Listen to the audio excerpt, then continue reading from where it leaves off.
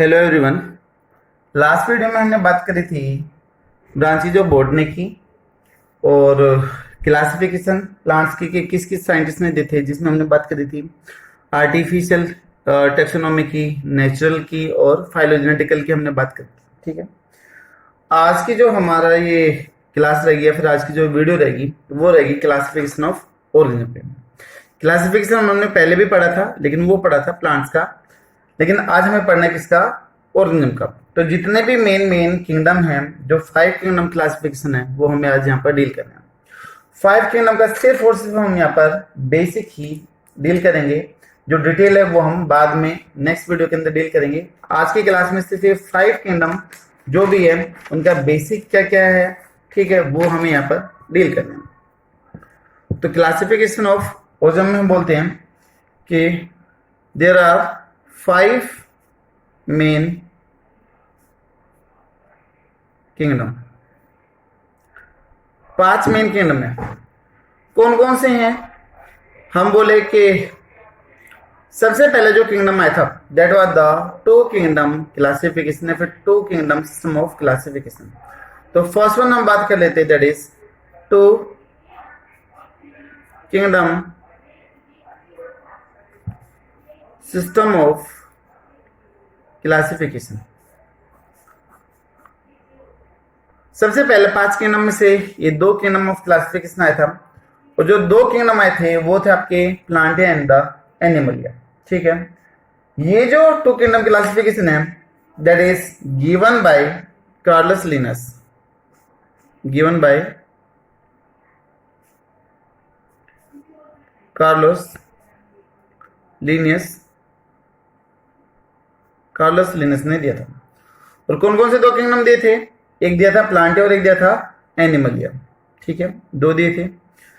ये 2 इसलिए दिए गए क्योंकि हमें इसके बारे में काफी कुछ पता चल चुका था।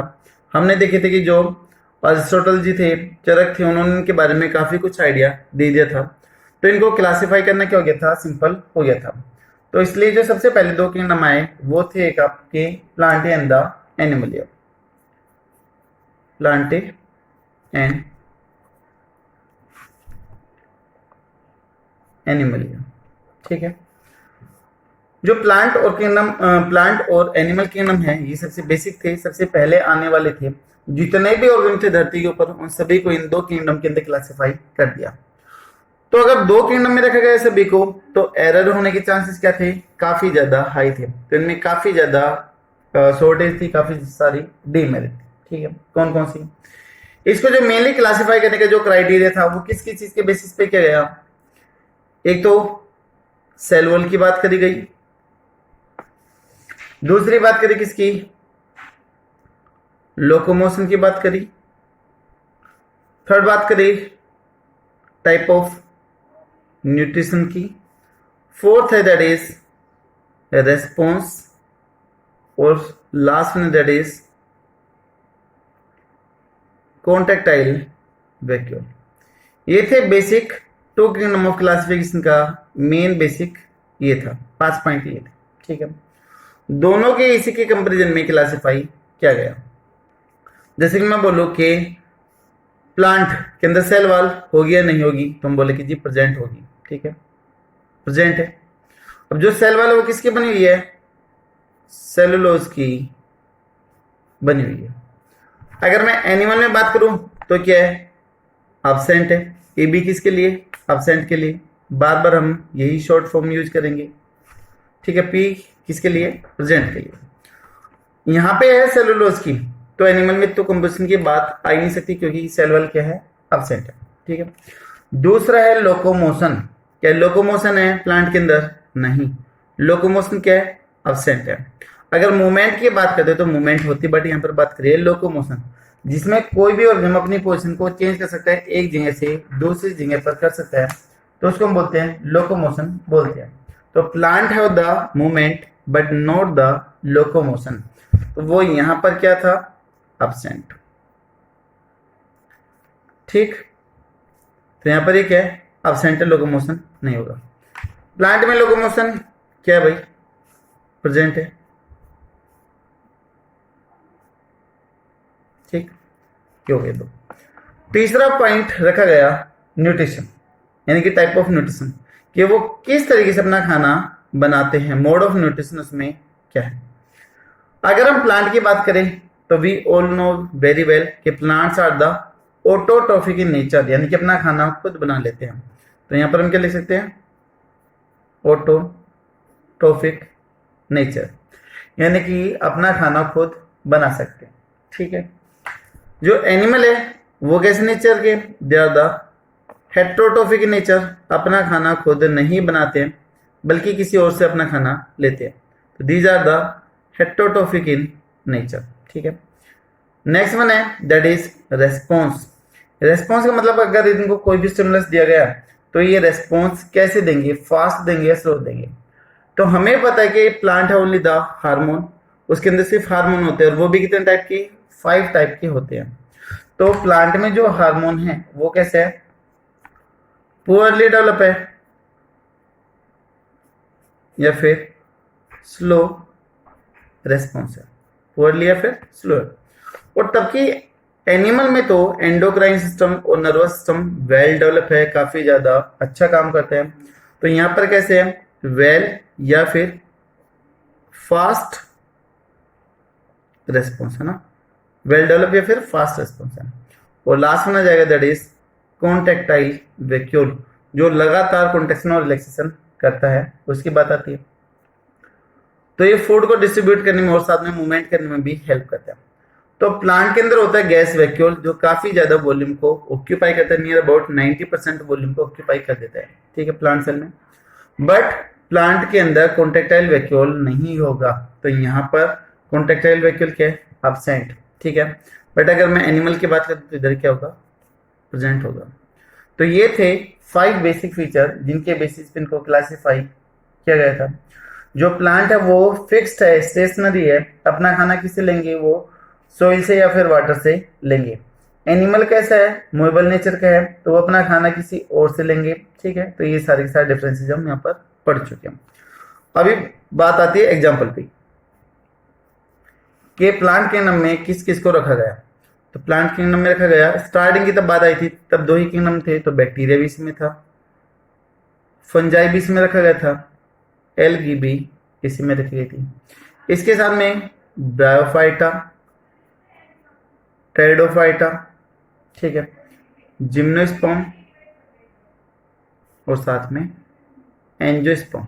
ठीक है, वो सारे के सारे किस में रखे गए थे, प्लांट किंगडम के अंदर रखे गए थे। ठीक, तो फिर एनिमल किंगडम में किस किस को रखा गया, एनिमल के अंदर कौन कौन से एग्जांपल आएंगे। इसमें आ जाएगा आपका प्रोटोजोन आ जाएगा, जितने भी इनवर्टिब्रेट थे वो सारे के सारे आ जाएंगे, और जो वर्टिब्रेट थे वो सारे के सारे इसमें आ गए। तो जितने भी लिविंग ऑर्गन थे स्टार्टिंग में सारे के सारे किसमें रखे गए, इन 2 किंगडम में रखे गए, जिसकी वजह से यहाँ पे काफी सारी डीमेरिट कमियां निकल के आई। इसकी बहुत सारी कमियां थी, क्या क्या कमी है वो भी हम यहाँ पर देख लेते हैं। ठीक है, तो ड्रॉबैक ऑफ 2 किंगडम क्लासिफिकेशन। तो ड्रॉबैक का मतलब कमी, कमी, drawback of 2 kingdom system of classification. ठीक है, केडी का मीन यहाँ पर किंगडम है। ठीक है, ड्रॉबैक ऑफ 2 किंगडम क्लासिफिकेशन। देखिए 2 किंगडम के अंदर कौन कौन सी कमियां थी, इसमें सबसे पहला पॉइंट आ जाएगा कि उन्होंने प्रोकैरियोटिक और यूकैरियोटिक के बीच में कोई भी डिफरेंशिएट नहीं किया। एक ही किंगडम में उन्होंने बैक्टीरिया को भी रख दिया, प्लांट थे उनको भी रख दिया, फंजाई को भी रख दिया, एल्गी को भी रख दिया। तो यहाँ पर प्रोकैरियोटिक भी और यूकैरियोटिक भी है। तो do not differentiate between prokaryotic and eukaryotic या फिर यूकैरियोट्स, इनके बीच में डिफरेंशिएट नहीं किया, जिसकी वजह से उन सभी को एक साथ एक ही ग्रुप में रख दिया गया। ठीक, दूसरा वहां पर यूनिसेलुलर और मल्टीसेलुलर के बीच में भी कोई डिफरेंस नहीं था।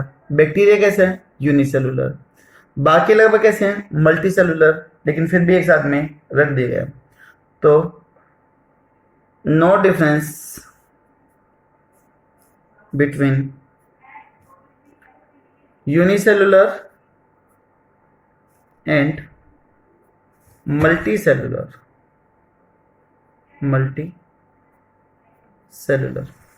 यूनिसेलुलर मल्टी सेलुलर में कोई भी डिफरेंस नहीं था। ठीक है, इसके अलावा ऑटोट्रोफिक और हेटरोट्रोफिक को भी एक साथ में रखा गया। फंजाई देखिएगा हेटरोट्रोफिक है, सेप्टोफिटिक नेचर की है। बैक्टीरिया भी मोस्टली कैसे हैं, हेटरोट्रोफिक नेचर की है। प्लांट कैसे हैं, ऑटोट्रोफिक नेचर की है। लेकिन फिर भी इन सभी को एक साथ में रख दिया गया। तो no difference between autotrophic and heterotrophic, उनके बीच में भी कोई डिफरेंस नहीं रखा। ठीक है, कुछ ऑर्गेनिज्म ऐसे थे जो ड्यूल नेचर ऑर्गेनिज्म थे, जिसमें एक ही ऑर्गेनिज्म में दोनों तरह की प्रॉपर्टी थी, प्लांट की भी और एनिमल की भी, तो उनके बारे में भी बात नहीं करी। ठीक है, तो सम organisms show the characters of both plants and animals. They are known as, अगर दोनों तो दो के लिए क्या लिखेंगे, dual. They are the dual organism. तब एक ही चीज में दोनों के कैरेक्टर आ रहे हैं तो हमने वर्ड यूज कर लिया ड्यूल ऑर्गेनिज्म। ठीक है, but their position were not clear, but their position was not clear, लेकिन जो पोजिशन थी वो क्लियर नहीं थी। ठीक है, कुछ एग्जांपल देखते हैं कि इसमें कौन कौन से आ जाएंगे। पहला कर लेते हैं हम फर्स्ट एग्जांपल में Chlamydomonas. First one is the Chlamydomonas. Chlamydomonas unicellular algae है, ग्रीन एल्गी। इसमें प्लांट और एनिमल दोनों की फीचर है। तो कौन सा कैरेक्टर जो प्लांट का और कौन सा है जो एनिमल का है वो बात करें। देखिए, उसके अंदर सेल वॉल होती है, सेलुलोज की सेल वॉल प्रेजेंट है, सेलुलोज की। अपना खाना खुद बनाते हैं तो ऑटोट्रोफिक नेचर के भी है। लेकिन ये दोनों के दोनों फीचर किसके हो गए, प्लांट के हो गए। ठीक है, तो यहां पर हम बोल सकते हैं कि दोनों फीचर किसके, प्लांट के। दूसरा फीचर क्या है, they can show the locomotion, वो मोटाइल नेचर की है, because they have the flagella. इसके अलावा आल्सो द कॉन्ट्रैक्टाइल वैक्यूल भी है। और अभी हमने ऊपर बात करी थी कि कॉन्ट्रैक्टाइल वैक्यूल का होना किसका फीचर है, एनिमल का फीचर है। तो these are the feature of the animal. ठीक है, तो जो ऑर्गेनिज्म दोनों की प्रॉपर्टी शो करे, प्लांट को एनिमल की, उनको हम क्या बोलते हैं, ड्यूल ऑर्गेनिज्म बोलते हैं। पहला एग्जांपल हमने डील किया, दैट इज क्लेमाइडोमोनास। इसी तरीके से दूसरा एग्जांपल देख लेते हैं, यूग्लिना। काफी फेमस है यूग्लिना का नाम। इसको आप बाद में पढ़ोगे, प्रोटिस्टा किंगडम में पढ़ोगे। ठीक है, लेकिन अभी हम बात करें टू किंगडम क्लासिफिकेशन की, तो देखिए इसमें सेल वॉल क्या है, एब्सेंट है। पेलिकल होती है, एब्सेंट है। दूसरा इसके अंदर लोकोमोशन क्या है, प्रेजेंट है। फ्लैजला है, बाइफ्लैजलेटेड है, लोकोमोशन प्रेजेंट है। तो सेल वॉल का नहीं होना और लोकोमोशन का होना, ये दोनों किसके फीचर हो गए, एनिमल की फीचर हो गए, एनिमल की कैरेक्टर हो गए। ठीक है, यूग्लिना कैसे था, ऑटोट्रोफिक नेचर का है। साथ में क्लोरोप्लास्ट भी है इसके अंदर। तो ये होना, ये किसके फीचर हो गए, प्लांट के कैरेक्टर हो गए। ठीक है, ये हो गया। इसी तरीके से कुछ और एग्जांपल भी देखते हैं, जैसे कि हम बोले स्लाइम मोल्ड। नेक्स्ट, ये दूसरा एग्जांपल हो गया। थर्ड एग्जांपल ले लेते हैं हम किसका, स्लाइम मोल्ड का ले लेते हैं। बाद में इसको प्रोटिस्टा किंगडम में रखा गया। ये एक टाइप ऑफ फंजाई है जिसके अंदर सेल वॉल नहीं होती है during the vegetative phase, but जैसे रिप्रोडक्टिव फेज आती है तो सेल वॉल यहाँ पर डेवलप हो जाती है। तो जो स्लाइम मोल्ड है वो अपनी लाइफ साइकिल में फंजाई, प्लांट और एनिमल के फीचर भी शो करती है। ठीक है, तो जो स्लाइम मोल्ड है it is a type of fungi, heterotrophic nature के जो लगातार ग्रो करती जाती है। सेप्रोफिटिक नेचर इसका, इसके अंदर सेल वॉल क्या होगी, cell wall absent in vegetative phase, vegetative phase में सेल वॉल नहीं होगी। Cell wall get present in reproductive phase, reproductive phase में आ जाएगी। ठीक है, तो ये अपनी लाइफ साइकिल में फंजाई के फीचर भी शो करती है, प्लांट के भी और एनिमल के फीचर भी शो कर देगी, तो कोई फिक्स पोजीशन नहीं है। ठीक है, इसी तरीके से नेक्स्ट हम और एक एग्जांपल लेते हैं। फॉर एग्जांपल जैसे हम बात करते हैं कि डाइएटम, ठीक है, एंड प्रोटोजोन्स, डाइएटम एंड प्रोटोजोन्स। जो डाइएटम है वो कैसा है, ऑटोट्रोफिक नेचर का है, तो show the feature of the plant. जो प्रोटोजोन्स है वो किसका फीचर शो करते हैं, हेटेरोट्रोफिक है, तो they are the feature of the animals. ठीक है, तो इनमें बहुत सारे कैरेक्टर कैसे सेम है, लेकिन उसके बावजूद भी यहाँ पर कोई इनके बारे में बात नहीं करी गई थी, इनके बारे में डिफ्रेंशिएट नहीं किया गया था।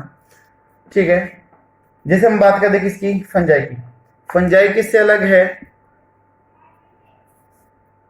प्लांट से अलग है, हेटेरोट्रोफिक नेचर की है, लेकिन उसके बावजूद भी फिर भी इसको किसमें रखा गया था, प्लांट किंगडम के साथ में रखा गया था।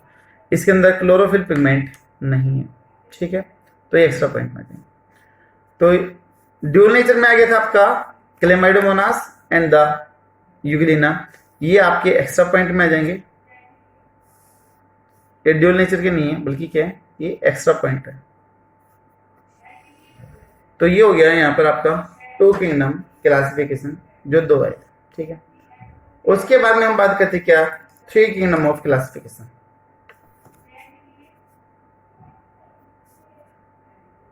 Three kingdom classification.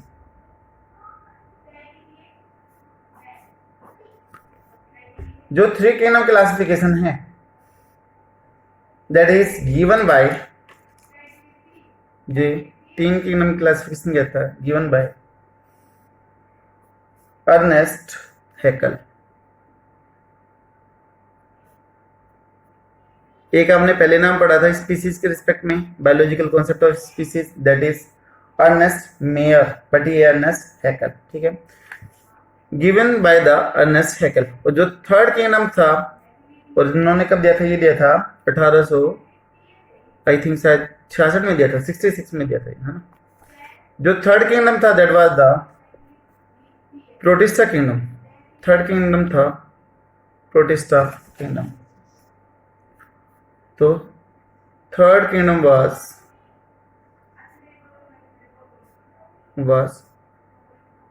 Protista kingdom. ठीक है, प्रोटिस्टा किंगडम था। जो माइक्रोब्स और जो कुछ सेल थी बड़ी, उनके बारे में किसने पढ़ा था, एंटन वॉन लीवनहुक ने पढ़ा था, जिनको फादर ऑफ माइक्रोबायोलॉजी भी बोलते हैं। तो उन्होंने काफी कुछ इनके बारे में पढ़ रखा था, जिसके वजह से क्लासिफिकेशन करने में क्या करी, हेल्प मिली। ठीक है, तो लेकिन जो मेन डिवाइड करने का जो श्रेय गया वो किनको गया, अर्नेस्ट हैकल जी को गया। ठीक है, इन्होंने जो थर्ड किंगडम को जो नाम दिया था स्टार्टिंग में, kingdom was Protista kingdom, but initially its name was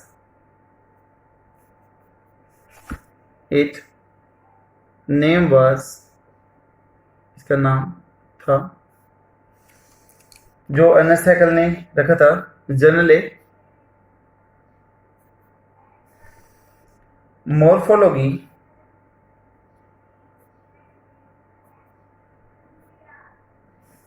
D organism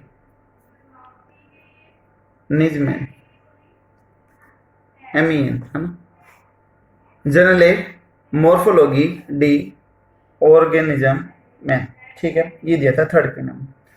और इनमें जितने भी ऑर्गेनिज्म हैं एंड इसमें जितने भी ऑर्गेनिज्म रखे गए थे उन सभी को क्या बोला गया था, प्रोटिस्टा बोला गया था। And all organism called as, क्या बोला गया था, प्रोटिस्टा, कॉल्ड एज प्रोटिस्टा, उसको प्रोटिस्टा बोला गया था, ठीक है, जिसका मीन होता है फर्स्ट ऑफ ऑल, जिसका सेंस था फर्स्ट ऑफ ऑल, ठीक है। कई बार बच्चे पूछते कि जी दूसरा किंगडम प्रोटिस्टा आया, मोनेरा क्यों नहीं आया था? तो इसका रीजन ये था कि प्रोटिस्टा के बारे में काफी कुछ पढ़ा हुआ था। दूसरा रीजन ये था कि माइक्रोस्कोप पढ़ने के लिए इलेक्ट्रॉन माइक्रोस्कोप चाहिए फुली डिटेल के लिए, वो जब तक डेवलप नहीं हो पाई थी तो हमारे पास में ज़्यादा इंफॉर्मेशन और ज़्यादा टेक्निक नहीं थी। तो इसलिए जो दूसरे नंबर पे किंगडम आया वो था किंगडम आपका दैट इज प्रोटिस्टा किंगडम, ठीक है। उसके बाद में जो थर्ड किंगडम है उसकी भी कुछ कमियां थी, डिमेरिट थी। यहाँ पर भी यूनिसेलुलर मल्टीसेलुलर के बारे में बात नहीं करी गई, प्रोकैरियोटिक यूकैरियोटिक के बारे में बात नहीं करी गई, ऑटोट्रोफिक हेटेरोट्रोफिक के बारे में बात नहीं करी गई, ठीक है। जो यूनिसेलुलर यूकैरियोट्स हैं उनको एक साथ में ही रखा गया, ठीक है, एक ही किंगडम में रखा गया। तो ये थी इसकी डिमेरिट जो लगभग पहले वाले की जैसी सेम थी, तो मैं नहीं लिख रहा हूँ, ठीक है। उसके बाद में हम आ जाते हैं फोर किंगडम क्लासिफिकेशन पे। इसके ड्रॉबैक नहीं लिख रहा हूं मैं, ठीक है, क्योंकि लगभग वैसे सेम है। थर्ड आ जाएगा that is four kingdom classification, तब चार किंगडम देखे, ठीक है। और जो फोर्थ किंगडम आया इनिशियली उसको बोला गया था दैट इज माइकोटा। क्या बोला गया था इसको? माइकोटा। कुछ लोग इसको माइचोटा भी बोलते हैं, वो आपकी मर्जी, आपके बोलोगे इसको। तो माइकोटा या फिर माइचोटा था, बाद में जिसको चेंज कर दिया गया, later change to Monera, later change in Monera. बाद में इसको किस में कन्वर्ट कर दिया गया? मोनेरा के अंदर कन्वर्ट कर दिया गया, इसको मोनेरा नाम दे दिया गया, ठीक। अभी जो किसने ये किंगडम दिया, किसने ये टर्म दी थी, किसके बारे में डील करता है, वो हम यहाँ पर देखेंगे। तो प्रोटिस्टा तो डील करता था यूनिसेलुलर यूकैरियोट्स के बारे में डील करते हैं, ठीक है। तो इसमें लिख देता हूं मैं यहाँ पर deal about unicellular eukaryotic organism. बाकी हम आगे तब डिटेल से भी पढ़ेंगे, तब कंपैरिजन करेंगे, तो ठीक है। तो Monera kingdom given by Copeland, Copeland ji के द्वारा दिया गया, ठीक है। बट अगर टर्म पूछे तो आंसर कुछ अलग होगा। टर्म गिवन बाय, तो जो टर्म थी वो दी गई बाय द डाउहार्टी एंड एलन, ठीक है। डाउहार्टी और एलन ने ये टर्म दी। जो ये किंगडम है Monera kingdom, it deal about the unicellular prokaryotic cells. तो किसके बारे में डील करते हैं? Deal about unicellular prokaryotes, unicellular prokaryotes के बारे में बात करते हैं। आप सभी ने पहले पढ़ा होगा 9th में भी कि प्रोकैरियोटिक सेल्स क्या होती है, यूकैरियोटिक सेल्स क्या होती है। एक बार मैं आपको जनरली वैसे ही आइडिया दे देता हूँ ओरली कि प्रोकैरियोटिक सेल और यूकैरियोटिक सेल में क्या डिफरेंस है। देखिए प्रोकैरियोटिक सेल्स, प्रो का मीन होता है अर्ली या फिर जो चीज पहले आई थी। तो जो चीज कभी भी पहले आती है वो हमेशा कम एडवांस होती है। तो प्रोकैरियोटिक सेल्स वो थी जो इवोल्यूशन में पहले आई थी। तो इसमें एग्जांपल रखा जाएगा किसका, बैक्टीरिया का रखा जाएगा। मोस्टली टाइम डेफिनेशन बोल देते कि those cells which don't have the nucleus and large size organelles या फिर double membrane organelles, those cells are known as the prokaryotic cells. ठीक है। यूकेरिया में बोलते हैं यूकेरियोटिक सेल्स में बोलते हैं कि जो बाद में आई थी तो ज्यादा एडवांस होगी। तो या फिर ये भी बोल सकते हैं कि वो सेल्स जिसके अंदर न्यूक्लियस या फिर डबल मेम्ब्रेन बाउंडेड ऑर्गेनली होगी उसको हम यूकेरियोटिक सेल्स या फिर यूकेरियोटिक ऑर्गेनिज्म बोल देते हैं। जो प्रोकैरियोटिक सेल होगी या फिर जो ऑर्गेनिज्म होंगे प्रोकैरियोट्स वो हमेशा कैसे होंगे, यूनिसेलुलर। यूकेरियोट्स यूनिसेलुलर भी हो सकते हैं, मल्टी सेलुलर भी हो सकते हैं। प्रोकैरियोटिक सेल्स में जो डीएनए वो कैसे रहेगा, नेक्ड रहेगा, किसी भी मेम्ब्रेन से कवर्ड नहीं होगा। बट यूकेरियोटिक के केस में जो डीएनए होगा वो न्यूक्लियर मेम्ब्रेन से क्या होगा, कवर्ड होगा। तो प्रोकैरियोटिक सेल में ना तो न्यूक्लियोप्लाज्म होगा ना ही न्यूक्लियोलस होगा, और जबकि इसकी अपोजिट कंडीशन कहां पर होगी, यूकेरियोटिक में, वहां पर न्यूक्लियोप्लाज्म भी होगा और न्यूक्लियोलस भी होगा। ठीक है। स्टोन प्रोटीन वो भी क्या होगी, अब्सेंट। यूकेरियोटिक में क्या होगी, प्रेजेंट। जितनी भी बड़ी ऑर्गेनली बोल रही है, mitochondria, Golgi body, endoplasmic reticulum, सभी प्रोकैरियोटिक सेल्स में अब्सेंट, यूकेरियोटिक सेल्स में present. Prokaryotic cells small size की है तो नेकेड आंखों से नहीं देख पाएंगे उसको, और जबकि यूकेरियोटिक सेल्स को हम वहां पर देख पाएंगे। ठीक है। फ्लैजेला के अरेंजमेंट की बात करते हैं तो प्रोकैरियोटिक सेल्स में जो फ्लैजेला होंगे दैट इज 9+0 अरेंजमेंट, और यूकेरियोटिक में 9+2 अरेंजमेंट। वो क्या है वो आप सेल वाले चैप्टर में पढ़ोगे। ठीक है। उसके अलावा और क्या होगा, यहाँ पर जो डीएनए रहता है प्रोकैरियोटिक सेल्स में वो बिना हिस्टोन प्रोटीन के रहता है तो लूज फॉर्म में रहेगा। लेकिन यूकेरियोटिक सेल्स में अगर हम बात करें तो हिस्टोन प्रोटीन है जो पॉजिटिव चार्ज है, तो नेगेटिव चार्ज डीएनए से कोइल करके वो क्रोमोसोम की फॉर्मेशन कर देगा। ठीक है। और भी बहुत सारे डिफरेंसेस होंगे, वो जैसे हम आगे चैप्टर पढ़ेंगे धीरे धीरे आगे की तरफ बढ़ते जाएंगे तो पढ़ेंगे। ठीक है। तो यहाँ पर हमारे 4 किंगडम क्लासिफिकेशन कंप्लीट। यहाँ पर इसकी भी कुछ कमियां थी, ड्रॉबैक थी, बट हम नेक्स्ट वीडियो में पढ़ेंगे, नेक्स्ट क्लास में पढ़ेंगे 5 किंगडम क्लासिफिकेशन, 5 किंगडम का क्लासिफिकेशन, उनके बीच में क्या क्या कंपैरिजन था, क्या क्या सिमिलरिटीज थी, क्या क्या डिफरेंस थी वो देखेंगे। और एक और आएगा that is the 6 kingdom classification, also known as the 3 domain classification, that is given by the Carl Woese. ठीक है। तो जो नेक्स्ट वीडियो होगा इसका सेकेंड पार्ट होगा, उसमें हम 5 किंगडम, 6 किंगडम और जितने भी ये किंगडम है उन सभी की कंपेरिजन की बात करेंगे। ठीक है। Thank you so much.